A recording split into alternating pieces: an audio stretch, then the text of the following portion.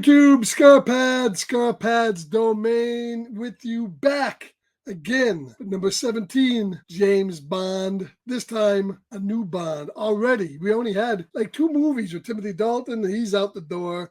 6 years has passed. They got into a little bit of a legal problem. It took them about 6 years to finish it. And by the time the 6 years has passed, they went back to Timothy Dalton.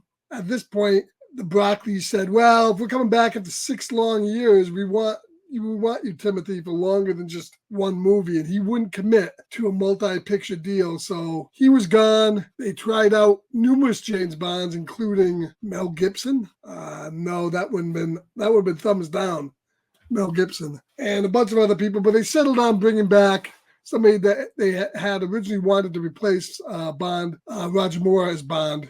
They brought him back, got him back in the mix, and we're, of course, talking about Pierce Brosnan, who at that time was still held up in contracts with his TV show Remington Steele. Well, this time he was available, and this time he came back, and they brought in Martin Campbell, who's the director of The Mask of Zorro, to direct. They brought in a brand new M by Dame Judi Dench, who takes over the role, and is even doing it up to the latest movies, Daniel Craig movies. And Famke Janssen, who was really just breaking on the scene.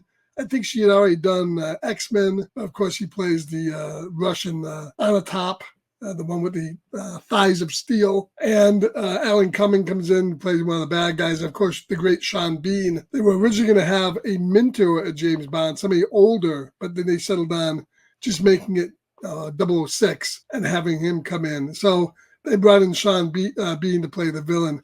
And this was just right after the Cold War. So that's why this movie deals with a lot of the repercussions of what happened after the Cold War. We got a lot of scenes with James Bond talking to him about how he's kind of passé. And we'll get into all that when my man going through the James Bond movies. Hey, Dylan, how's it going? What up, my brother? Now, you just went through a new Bond, and now you're already up to another new James Bond after 2 movies. Heck yeah, man. But I think this movie, I really think I was really liking Timothy Dalton too, man. Yeah, I think Pierce Brosnan gets up and running real quick in this movie, and definitely. That whole intro sequence where he's bungee jumping into the place there is a great sequence. Once again, like they did with Timothy Dalton, they kind of try to hide his face so that until you get the reveal where he drops into the bathroom stall, which is a great scene, you don't see who it is. So I think the reveal of the new Bond is good in this movie as well. Yeah, I must have seen, I know I've seen bits and pieces of this on TV through the years. So I remember Sean Bean being in this in the opening, so I kind of knew that he was the bad guy already. Plus, you just kind of know with it being Sean Bean, you ain't putting Sean Bean in a movie for only 5 years.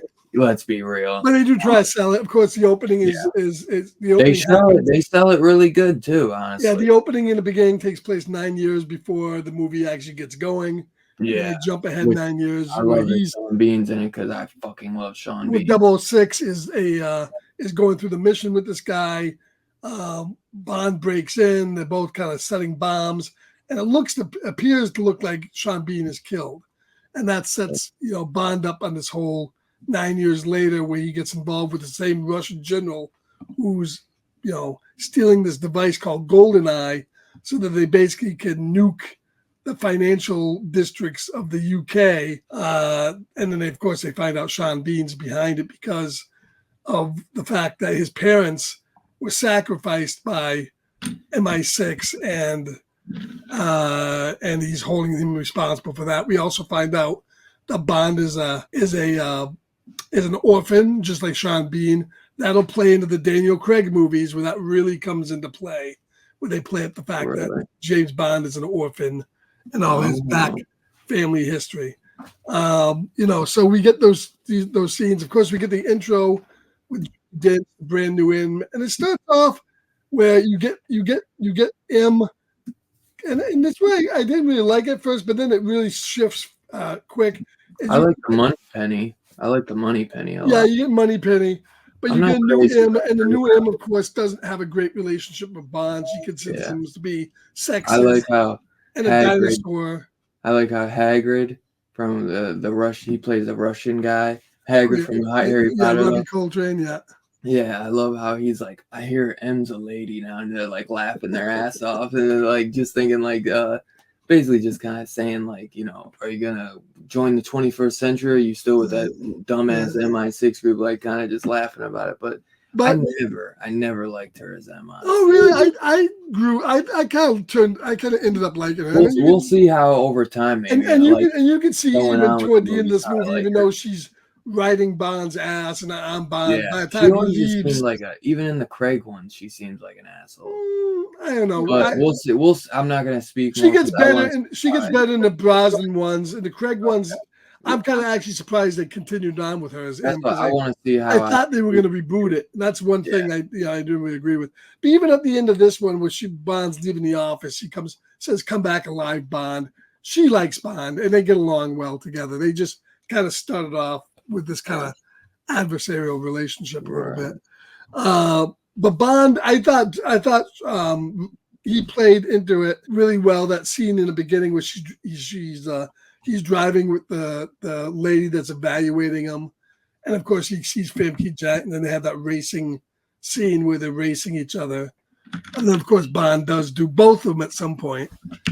That was a real good scene, and I love Bond's. Judi Dench says to him, because we knew what happened with MI6. Don't make this personal, Bond. And he goes, never. What the fuck? In the last movie, it was personal. It just happened. Right. And he's like, no, never. Never. Like, really? Never. But no, I think Pierce Brosnan, probably this is my favorite movie with him as Bond. Because I thought in this movie, he had the good mix of like, he's tougher than all of them. I think his toughness is a little bit more right up there with kind of like Sean Connery, where he's not afraid to slap around the ladies and really give it to the guys who are giving it to them. So I liked his portrayal of Bond, and I think as it goes on, some of the movies undoes some of that for him, but he still does pretty well, I think, as Bond. So what did you think of his portrayal as Bond in this movie? How did you like him as James Bond? I liked him. Yeah. I thought I agree with you. I think he did dive into it very quickly, and that was really good. I still I was kind of mixed on this because I was very excited to dive into these because the GoldenEye video game on Nintendo 64 was such a big part of my childhood, man. And well, some people can say that I remember I never fully got into these movies as a kid, but I remember always seeing bits and pieces on TV all the time, or the Pierce Brosnan ones. Well, the game was definitely bigger than the movie. I think the For game sure. was bigger than the movie. I thought he definitely did great. I do sometimes because he looks a little older in this, so sometimes I do wish we could have got him sooner. So you could have maybe seen him age a little, because there's even in times of this, I know he's way older even now, but I was looking at him, I was like, man, because he's probably at least 40 at this time, I'm guessing. You know what I mean? Late 30s, probably. Maybe, but yeah, he's looking, and like you said, they wanted him originally over Timothy Dalton, right? So they wanted him a while back before. So they wanted him right after Roger Moore. That's one thing about like Connery, Moore. We got to kind of see them age through the years, and I really enjoyed that too. You know what I mean? I don't think he's too old in this. Just a little bit, just a little bit. But he still does everything great. He's definitely quippier. He's definitely throwing those one-liners more than. Oh yeah, what was the? Oh fuck, man, he did one good one towards the end, man. Fuck, what was that?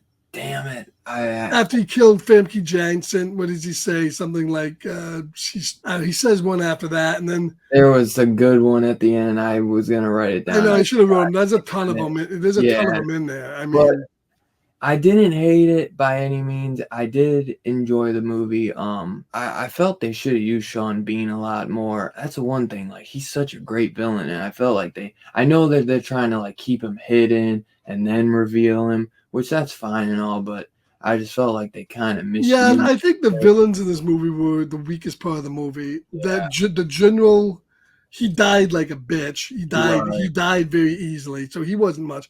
Famke Janssen. The scientist guy, I remember him from the Spy Kids movies too. Oh, Alan Cumming. The guy that gets frozen to death at the end. I'm invincible. Yeah, that's a good one. Yeah, I think Famke Janssen as on the top was good. Sexy as hell. She was pretty good villain. I liked the girl who played the Russian girl, the computer girl. She was pretty good. Yeah. Joe Don Baker, I thought, was great in this movie. Taking over for Felix Leiter. Joe Don Baker, of course, was in that one where he played the general in Living Daylights.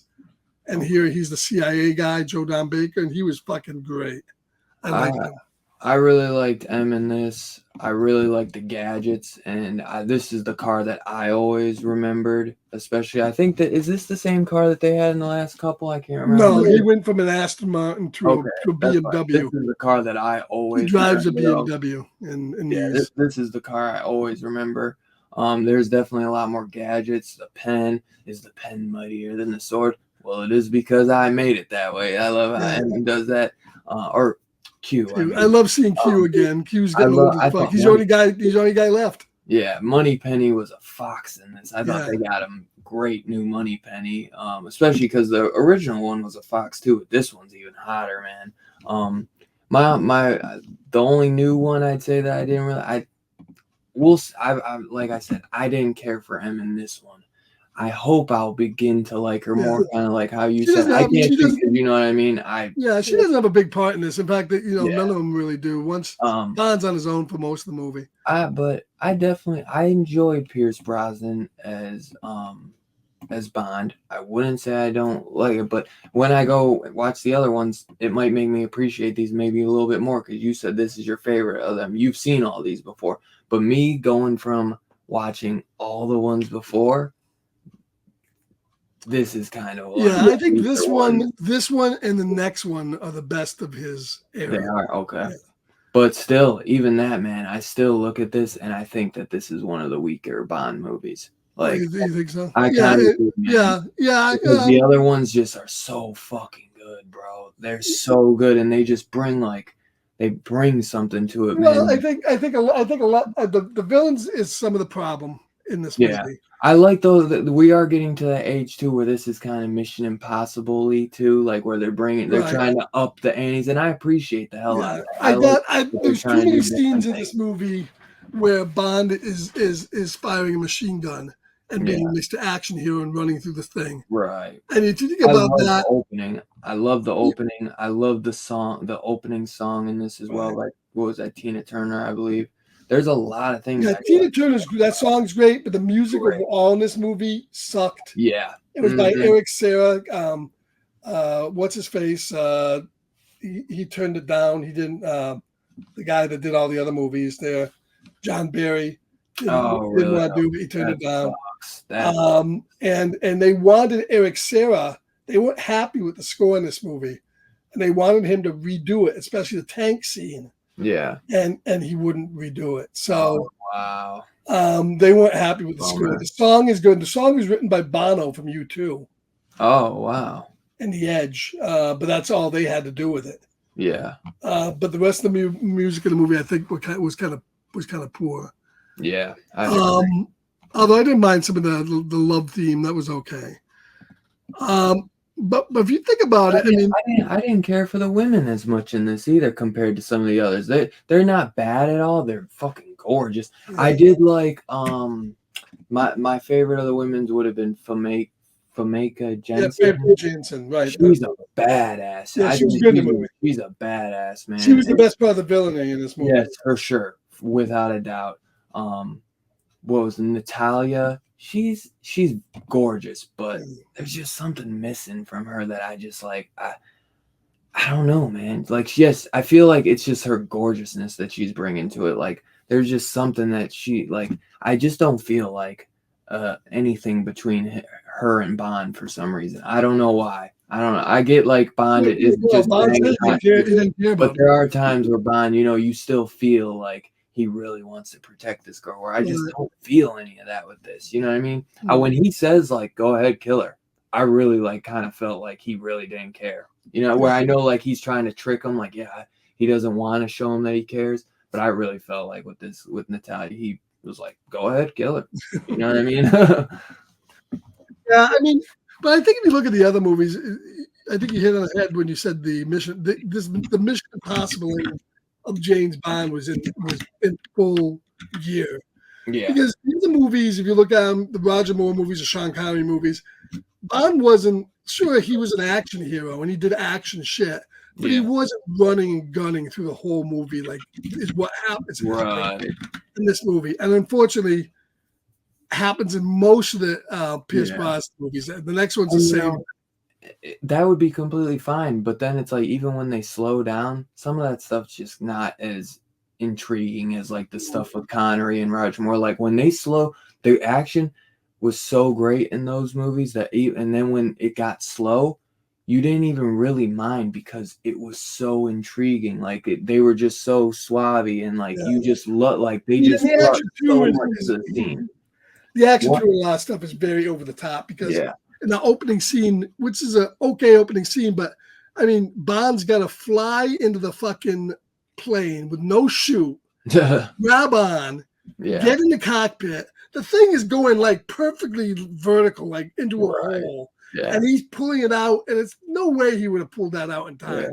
And he pulls that right out. So I know how you said like you felt like he went into this like straight as Bond, and I think he comes into it as strong as he possibly can, but he is not like perfect yet. And I don't know how he'll be in the next Bonds, but I feel like he's missing like the action he's got down for sure, but like the slower scenes, like him fucking like the one-liners, he's got those down as well. But then it's like with him kind of hitting on the chicks, I feel like that's just regular Pierce Brosnan. You know what I mean? Like that doesn't feel like Bond. You know what I mean? Like I don't know, man. It was like I wanted to love this so much too, and I don't hate it by any means.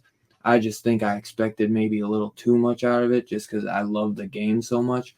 And I thought the story, because this is another one. This isn't based off like everything after this aren't based off any novels, correct? Well, like after the last one. The last one. Okay, I didn't know if maybe they except for Casino Royale. Casino Royale is that's the one. That's the one. Okay, got you. But I feel like I was going to say when I started watching this gig, because I haven't watched it in a long time, I definitely could feel the shift of how this movie felt while still being a James Bond movie. I didn't get the same. There's a definite that 6-year gap. Is very evident. It does. Because I didn't feel it, even though there's like a 3-year gap between like For Your Eyes Only, View to a Kill to the Living Daylights. Living Daylights still felt very much in line with Roger Moore and the rest of the Bond. For sure. And probably because of the John Barry music and all that other stuff. Yeah, and I think it's the same director. This movie very much felt like the 90s and going forward. So there's from this point on, there's a definite schism of how the James Bond movies kind of feel. Yeah. And they'll keep on getting further. I think they keep on getting further and further away from those first 16. Yeah. It's funny because it looks like the guy maybe got to redeem himself years later, even though it's got a 7.2 on IMDb for GoldenEye, but it looks like the guy that directed this, he also did Casino Royale. He does Casino Royale, right. But that seems to be like one of the favorites. And he also did Mask of Zorro, Legend of I love Mask of Zorro. And he did No Escape with Ray Liotta. And that's a great movie. Great movie. He's a great action director, and there's nothing wrong with the action in this movie. No, not at all. Yeah, the action is fantastic. And as you said, there's a lot of stuff in this movie I love. As you said, Robbie Coltrane. I love Robbie Coltrane. As the Russian guy, the interactions between Robbie Coltrane and that were great, man. Yeah, but I even felt there that he just felt a little like he just didn't feel as Bond as much there. You know what I mean? I know like he's getting shot at and all this, but I just felt like Roger Moore and Connery would have handled that so much different. like where they like he would have like Connery would have like even flinched He's when always he got trying the to gun. You know what I mean? Like well, but this is a very sarcastic Bond. I guess so. Yeah, maybe that's just what something I gotta get kind of used to. You know, I gotta. And I think he's great. I like Joe Don Baker's the CIA agent is great. Yeah. We have good scenes in the movie, but as I think cohesively as a whole, it just felt a little, like you said, a little off. Yeah. You know, Godfrey John the Colonel was pretty good too. Which one was that? The one with like the big nose or whatever. He's the Russian colonel or whatever. Oh yeah, he was a bad guy. Yeah, he was all right, but he didn't do. Yeah, he wasn't too bad.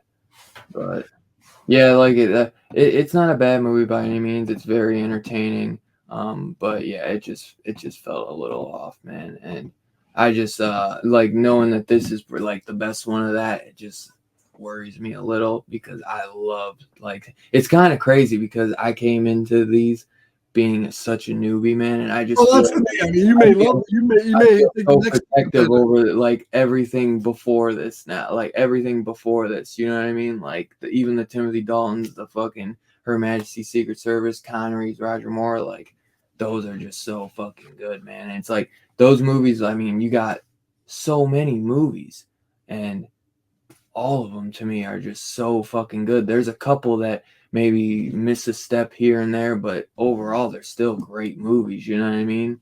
Well, I mean, it certainly didn't hurt him at the box office. This movie cost $60 million to make, and it took like $350 million in. Wow! So it was a huge hit. Huge hit. Yeah. Wow. So fuck yeah, 60 million. Yeah, it made 20 opening weekend. It made 26.5 million. Gross worldwide, 352 million. Holy shit, yeah. So it did pretty well. So it's 2 hours and 10 minutes. I just felt like with that runtime, they could have done it a little bit more. You know, I think they just wanted to come. They probably figured like the older ones had a little less action and stuff, and they wanted to go full balls to the wall. Which there's nothing wrong with that, man. I love the Mission Impossible movies for the shit that they do, but this one just. I love the part with Robbie Coltrane where he's telling that his girlfriend's like, singing like strangling a cat. You know, get out of here. Yeah. That's my mistress. Bond comes in. He's strangling the cat. Yeah.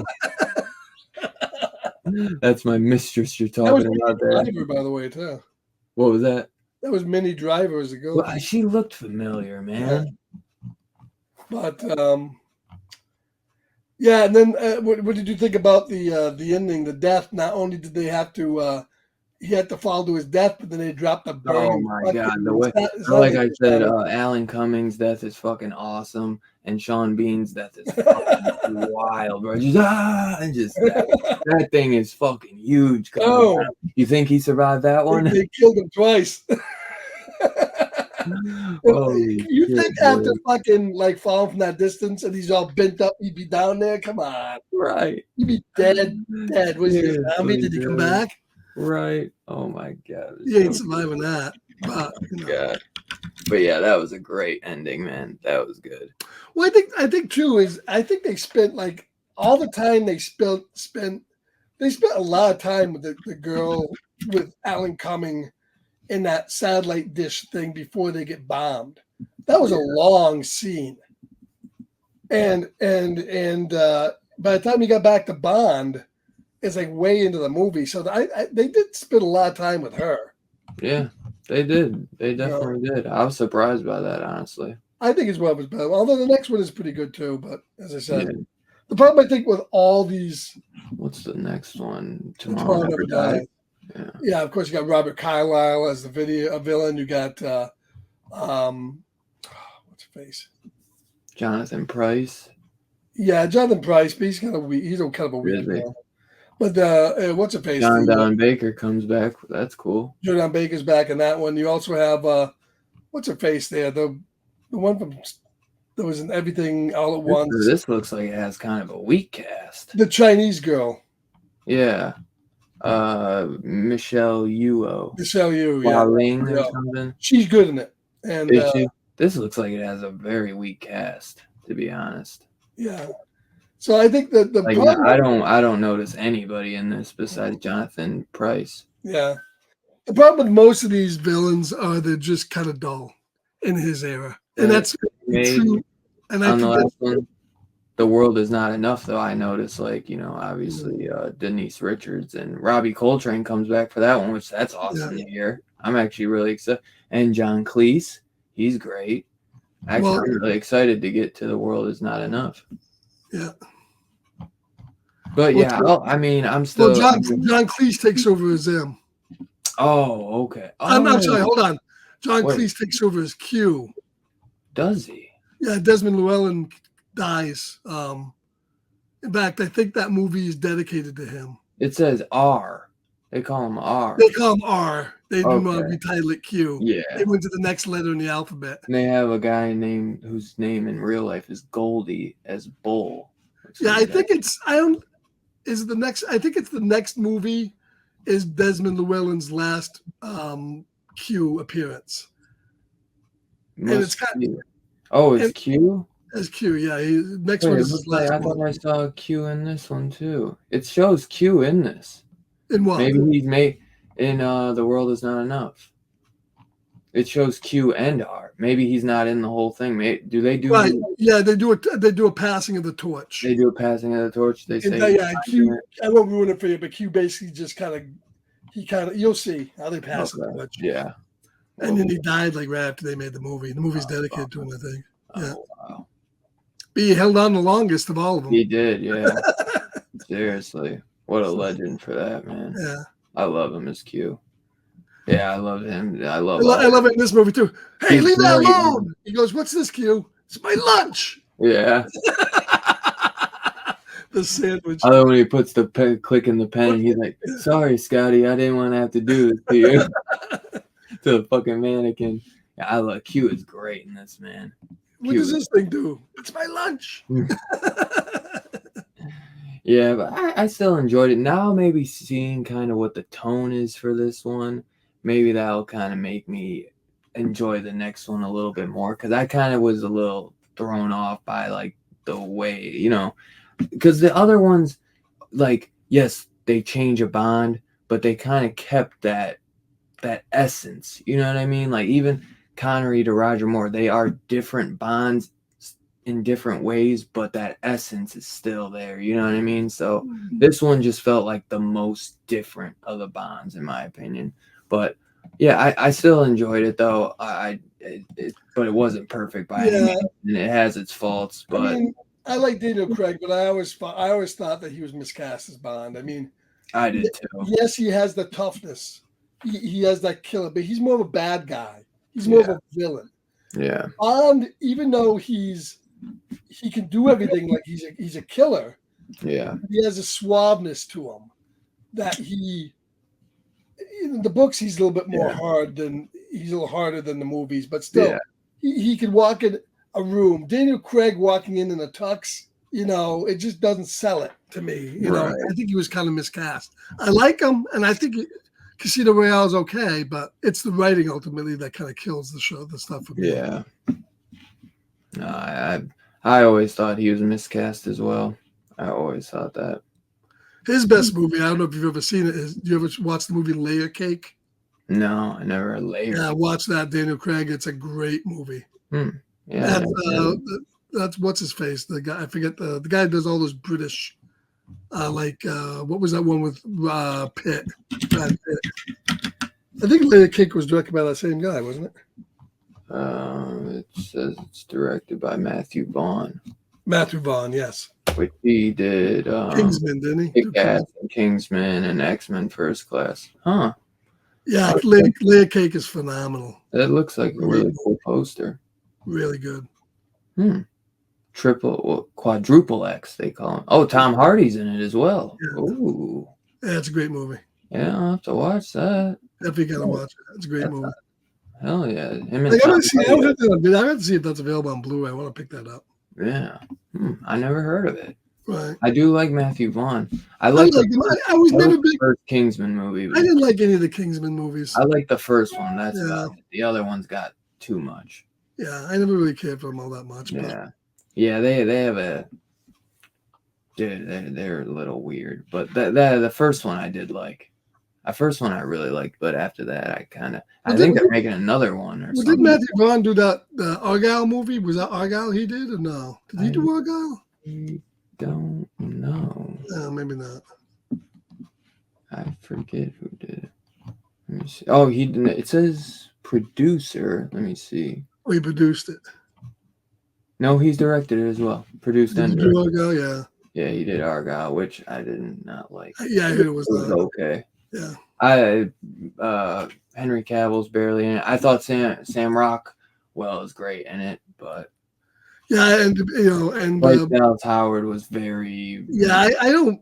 To me, she's not a great actor. She's a good director. She's been directing. Yeah, she's a good director. But as an actress, she can't. She's good in some. Like she was decent in the Jurassic Park or Jurassic World movies. She was decent, but she gained a lot of weight for that movie. Well, they did that Very purpose. weird. That's the way she was supposed to be in that movie. And that's weird to me. She's an author, yeah. How would you fucking do that to a beautiful woman? Because that's the part she was playing. I guess, man. I guess. But yeah. Yeah, so we'll rate these, but I would say you're right. This is probably to me it's not as good as what's come before it, but I still enjoy it. Yeah, it's still a very enjoyable watch. I would go back and still rewatch it. Especially like now I would like to rewatch it just knowing like what I'm in for, but I'll probably do that after I watch the other ones. But if I was to rate it, I think it's got like a 7 something on IMDb. I think it's a little high on IMDb. I'd maybe be like at a 6.5 out of 10.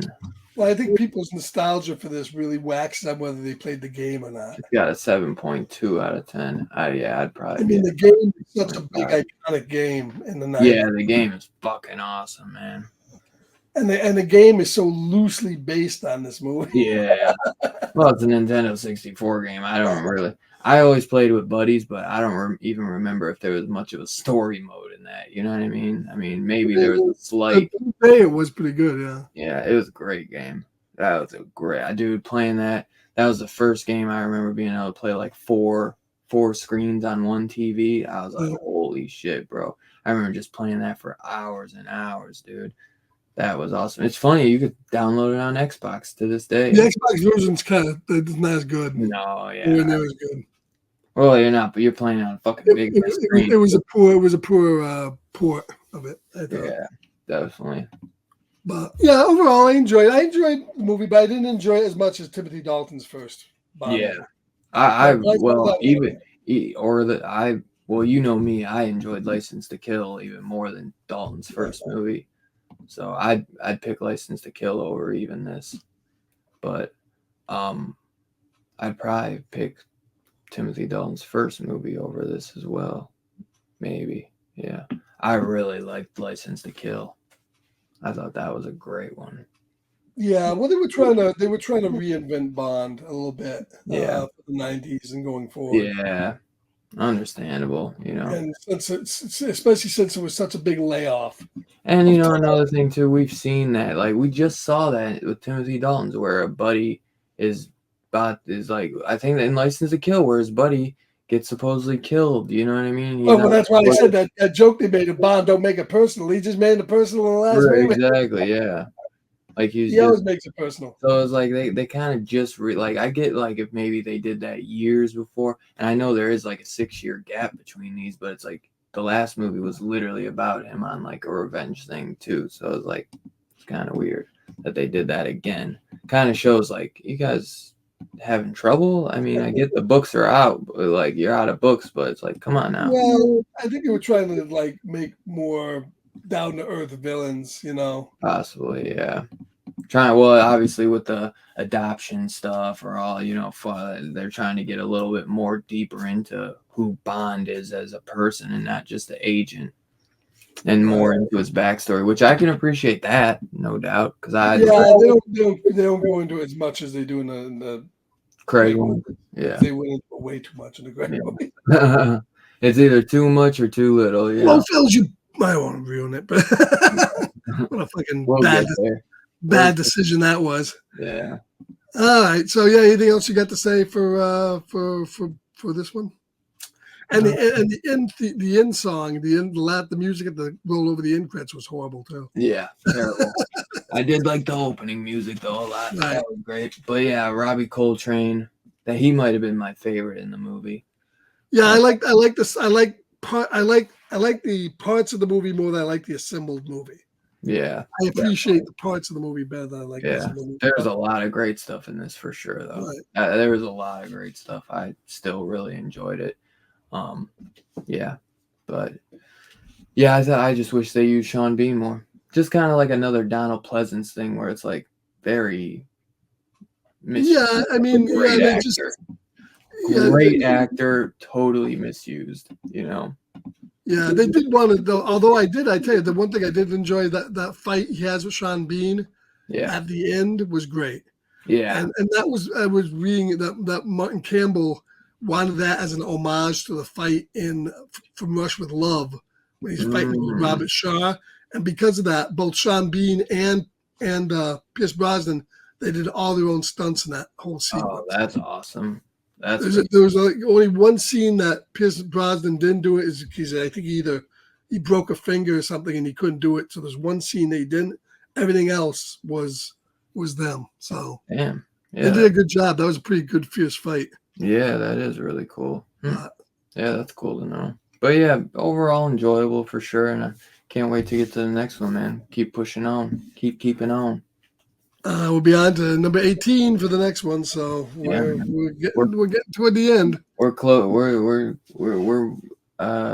through more movies than we got left for sure. Yeah, and then we'll do a big retrospective at the end there, but yeah, and that should be a fun show to do. Yeah, I have to try to remember all the movies. Yeah, right. Yeah, make a top 10 list. Yeah, but man, yeah, I've been just top 5.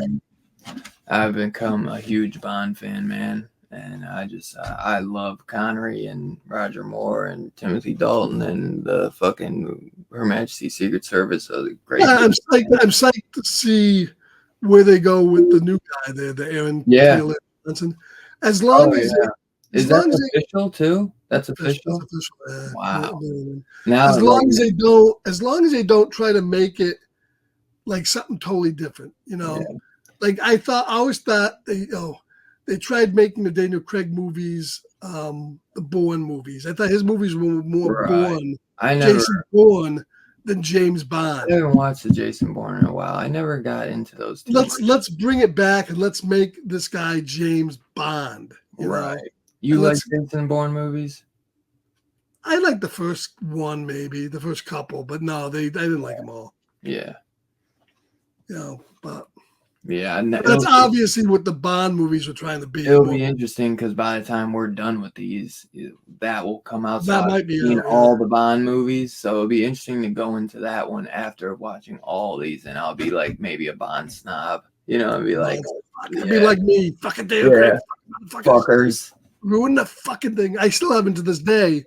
Well, when I watch the ending in No Time to Die, it will be the first time because I shut the movie off. Yeah, with 15 minutes to go.